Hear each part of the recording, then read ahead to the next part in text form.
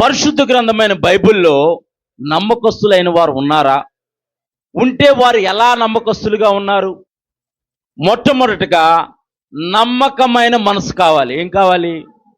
నమ్మకమైన మనసు కావాలి. మన ఆలోచనలు, మన తలంపులు మనం చెప్పినట్టు ఉండవు. మనం ఇక్కడే ఉంటాం, ఎక్కడో ఆలోచిస్తూ ఉంటాం. బాడీ ప్రెజెంట్, మైండ్ ఆబ్సెంట్ అంటూ ఉంటారు, అందరికీ తెలిసిందే. నమ్మకమైన మనసు కలిగిన వ్యక్తి దేవుని యందు ఎలా నమ్మకస్తుడిగా ఉన్నాడో మనం ఈ ఉదయకాల సమయంలో తెలుసుకుందాం. నెహెమ్యా గ్రంథము, పరిశుద్ధ గ్రంథంలోంచి నెహెమ్యా గ్రంథము 9వ అధ్యాయము 6 నుంచి 9 వచనాలు. 6వ వచనం చదవండి, సరిపోయింది. నెహెమ్యా గ్రంథము 9వ అధ్యాయము 6వ వచనం. నీవే అద్వితీయుడమైన యెహోవా, నీవే ఆకాశమును, మహా ఆకాశములను, వాటి సైన్యమును, భూమి దానిలో ఉన్న అంతటిని, సముద్రమును వాటిలో ఉండిన అంతటిని సృజించి వాటినన్నిటినీ అంటే ఈయన సృష్టించిన దేవుడే కాదు, వాటినన్నిటినీ కాపాడే దేవుణ్ణి నీవు ఆశ్రయించి ఉన్నావు. ఆ దేవుని సన్నిధిలో నీవు కూర్చొని ఉన్నావు. దేవుని నామానికి మహిమ కలుగును గాక. చదువమ్మా. ఆకాశ సైన్యమంతయు నీకే నమస్కారం చేయుచున్నది. దేవా యెహోవా, అబ్రహామును ఏర్పరచుకొని కల్దీయుల ఊరు అను స్థలము నుండి యువతలకు అతన్ని రప్పించి అతనికి అబ్రాహాముని అబ్రహాం అని పేరు పెట్టిన వాడు నీవే. అది అతడు నమ్మకమైన మనసు గలవాడని ఎరిగాడంట. దేవుని నామానికి మహిమ కలుగును గాక. దేవుడు మనల్ని ఎరుగుతున్నాడా? మనకి నమ్మకమైన మనసు ఉందని దేవుడు మనల్ని ఎరుగుతున్నాడా? ఆయన చూస్తున్న దేవుడు, ఆయన పరిశీలిస్తున్న దేవుడు. మనకి నమ్మకమైన మనసు ఉందని ఆయన ఎరుగుతున్నాడా? ఈ ఉదయకాల సమయంలో దేవుని యొక్క వాక్యం అంటుంది, అబ్రాహాముని అబ్రహాముగా దేవుడు మార్చి తను ఉంటున్న ఊరిని, తను ఉంటున్న దేశాన్ని విడిచిపెట్టి దేవుడు చూపించబోయే దేశానికి నడిపించినప్పుడు అబ్రాహాము యొక్క హృదయాన్ని దేవుడు చూసినప్పుడు, అబ్రహాము యొక్క మనసును దేవుడు చూసినప్పుడు నమ్మకమైన మనసు గలవాడని దేవుడు ఎరిగాడంట. దేవుడి నామానికి మహిమ కలుగును గాక. నమ్మకమైన మనసు గలవాడని దేవుడు ఎరిగాడు గనకే అక్కడ 6 జాతుల ప్రజల్ని, వారు స్వాచ్ఛమైన భూమిని అబ్రహాము సంతానానికి ఆయన స్వాచ్ఛంగా ఇచ్చాడు. దేవుని నామానికి మహిమ కలుగును గాక. అంతేకాదు హెబ్రీలకు రాసిన పత్రిక 10వ అధ్యాయము 23వ వచనం. హెబ్రీలకు రాసిన పత్రిక 10వ అధ్యాయము 23వ వచనం. వాగ్దానం చేసిన వాడు నమ్మదగిన వాడు గనక మన నిరీక్షణ విషయమై మనం మెప్పుకొన్నది నిశ్చలముగా పట్టుకుందాము. ఇక్కడ అబ్రహాముని పిలిచినప్పుడు దేవుడు వాగ్దానం చేసిన వాడు నమ్మదగిన వాడిని ఎంచుకున్నాడంట. దేవుని నామానికి మహిమ కలుగును గాక. ఆయన నమ్మదగిన వాడిని ఎంచుకున్నాడు గనకే ఎక్కడికి వెళ్ళాలో తెలిగిపోయినా సరే దేవుని యొక్క మాటకు లోబడి అబ్రహాము జీవించినట్టు మనం ఆది కాండంలో చూడగలుగుతాం. అబ్రహాముని దేవుడు పిలిచినప్పుడు అబ్రహాముకు పిల్లలు లేరు, శారాకి పిల్లలు లేరు. దేవుడు వాగ్దానం ఇచ్చాడు, ఆకాశ నక్షత్ర వలె, సముద్రపు ఇసుక రేణువుల వలె నీ సంతానాన్ని నేను విస్తరింపజేస్తానన్నప్పుడు వారికి బలం ఉంది, వారి పిల్లలకనే సామర్థ్యం ఉంది. కానీ దేవుడు మునుముందు నడిపిస్తూ ఉండంగా వారికి వయసు గతించిపోయింది. పిల్లలు పుట్టడానికి ఆస్కారం లేని స్థితిలో వారు ఉన్నారు. ఆ వాక్యాన్ని చూసుకుందాం ఒకసారి. హెబ్రీలకు రాసిన పత్రిక 11వ అధ్యాయము 11వ వచనం. హెబ్రీల్ విశ్వాసమును బట్టి శారాయి వాగ్దానం చేసిన వాడు నమ్మదగిన వాడని ఎంచుకుందంట. దేవుని నామానికి మహిమ కలుగును గాక. నీవు ఈ ఉదయకాల సమయంలో నీ కొరకు ప్రాణం పెట్టిన దేవుణ్ణి, నీ కొరకు రక్తం కార్చిన దేవుణ్ణి, నీ కొరకు సమస్త మహిమను విడిచిపెట్టి ఈ భూలోకానికి వచ్చిన దేవుణ్ణి నీవు నమ్మదగిన వాడిగా ఎంచుకుంటే నీ జీవితాల్లో దేవుని యొక్క కార్యాలు చూస్తావు. దేవుని నామానికి మహిమ కలుగును గాక. ఇక్కడ అబ్రహాము శారాని చూస్తే వారు బలంగా ఉన్నప్పుడు దేవుడు వారికి వాగ్దానం ఇచ్చాడు.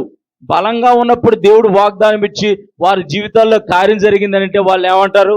మా బలం వల్లే జరిగిందంటాడు. మా బలం వల్లే జరిగిందంటాడు. ఇప్పుడు బలవంతుని తీసుకొచ్చి ఇది లేపే అంటే ఒక్క చేత్తో లేపేస్తారు. అవునా కదా? పాస్టర్ గారిని నన్ను ఇది లేపండి అంటే చెరుకో పట్ట అక్కడ పట్టుకొని అక్కడ పెడతాం. అవునా కదా?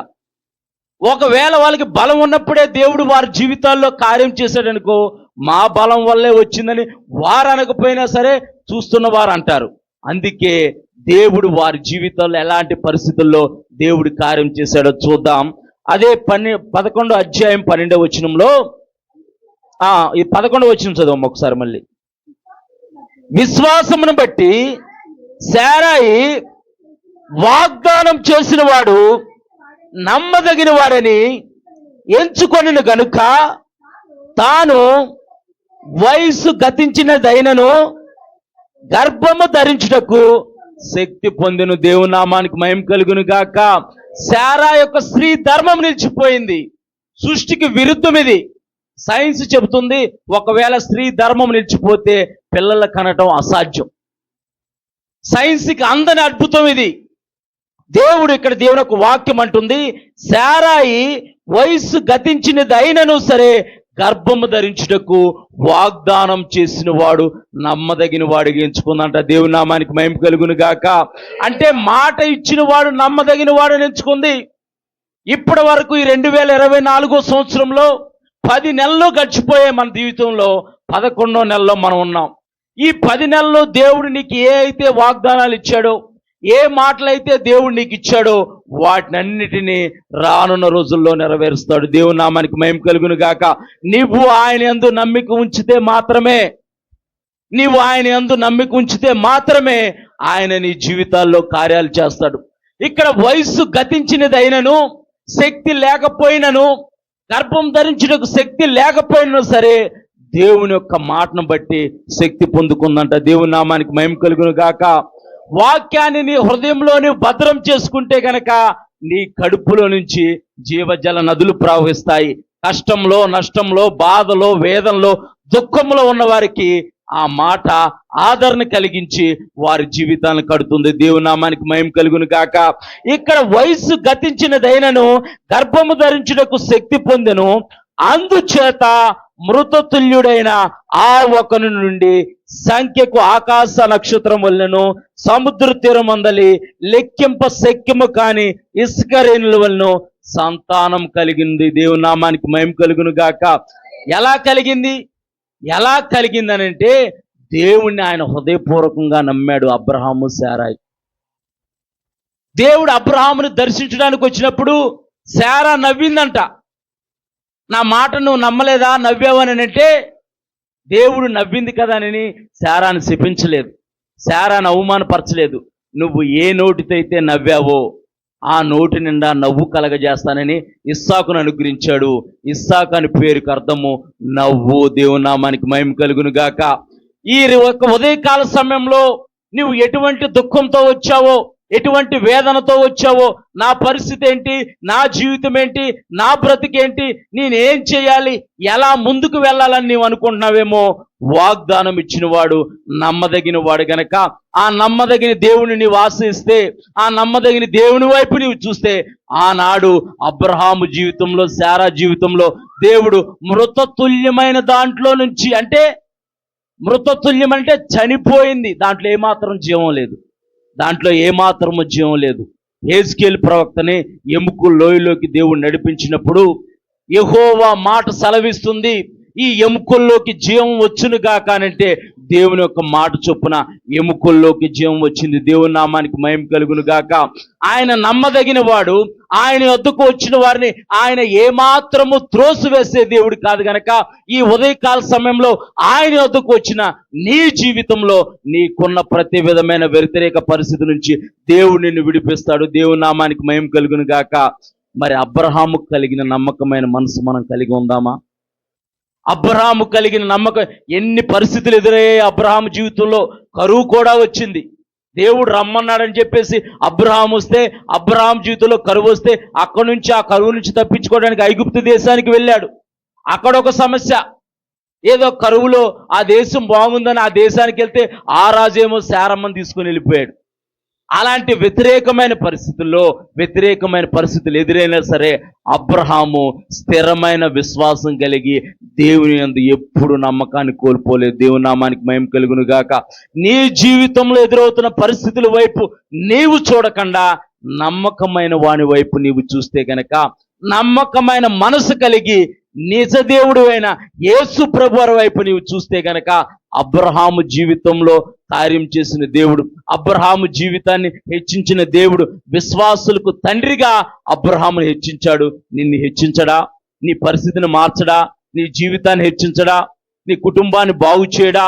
నీ బిడ్డలకు మంచి భవిష్యత్తునవడా? ఆయన తప్పకుండా ఇచ్చే దేవుడు. నమ్మకమైన మనసు కలిగి మనం దేవుణ్ణి వెంబడిద్దాం.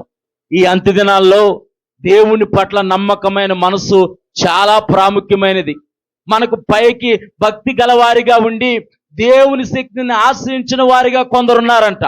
ఆ విధంగా మనం ఉండకూడదు. మొట్టమొదటి నమ్మకమైన మనసు. దేవుని నామానికి మహిమ కలుగును గాక.